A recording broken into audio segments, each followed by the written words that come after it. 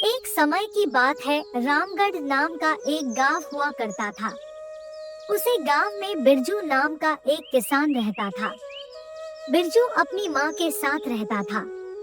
बिरजू खेती किसानी करके अपना जीवन यापन करता था।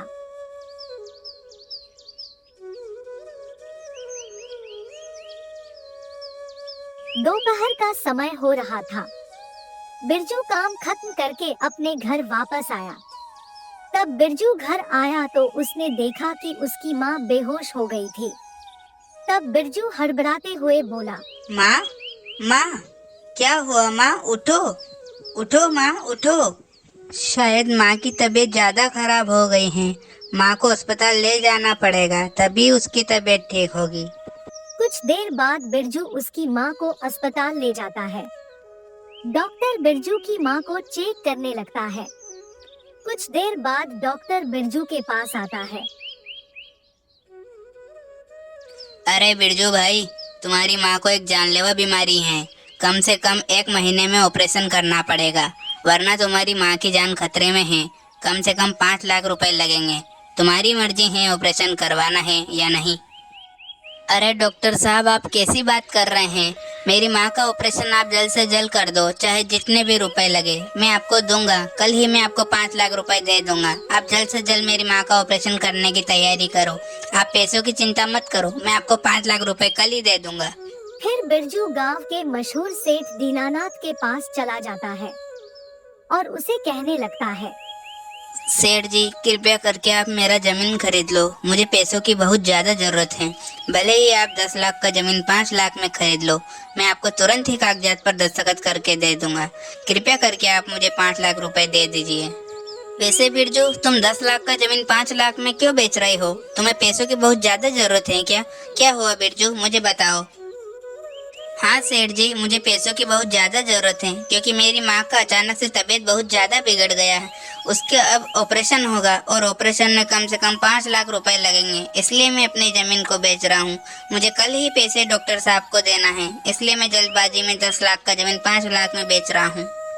ठीक है बिरजू, तुम्हारी ज़मीन को मैं खरीदूंगा। अगले ही दिन बिरजू की माँ का ऑपरेशन हो जाता है। कुछ महीनों बाद बिरजू की माँ घर वापस आ जाती है।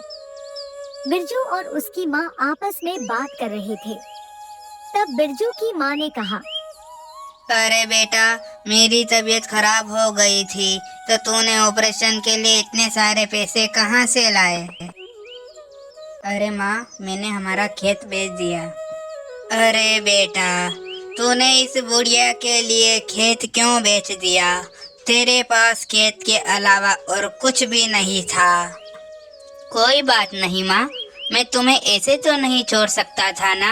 मैं मेहनत मजदूरी कर लूंगा, तुम चिंता मत करो। कुछ दिनों बाद बिरजू गांव से शहर सामान ले जाने का काम करने लगा। एक बार बिरजू काम करके घर वापस आ रहा था। तभी उसे एक तांत्रिक मिला। तांत्रिक ने बिरजू से कहा, अरे भाई, तुम्हारे पास कुछ खाने का सामान है तो मुझे दे दो। मुझे बहुत जोर से भूख लगी है, कृपया मुझे खाना खिला दो। ये लो भाई, मैं मेरी माँ के लिए समोसे लाया था, तुम खा लो।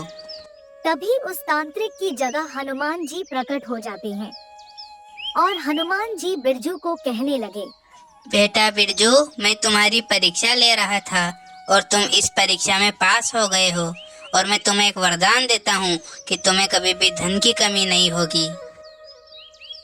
ऐसा कहकर हनुमान जी वहां से गायब हो जाते हैं और बिरजू के सामने पैसों के बंडल आ जाते हैं। बिरजू यह देखकर दंग रह जाता है। दोस्तों, मैंने बिरजू को तो उसके कर्म का फल दे दिया। अगर आपको भी आपके कर्म का फल चाहिए तो आप इस चैनल को सब्सक्राइब कर दीजिए और इस वीडियो को लाइक कर दीजिए।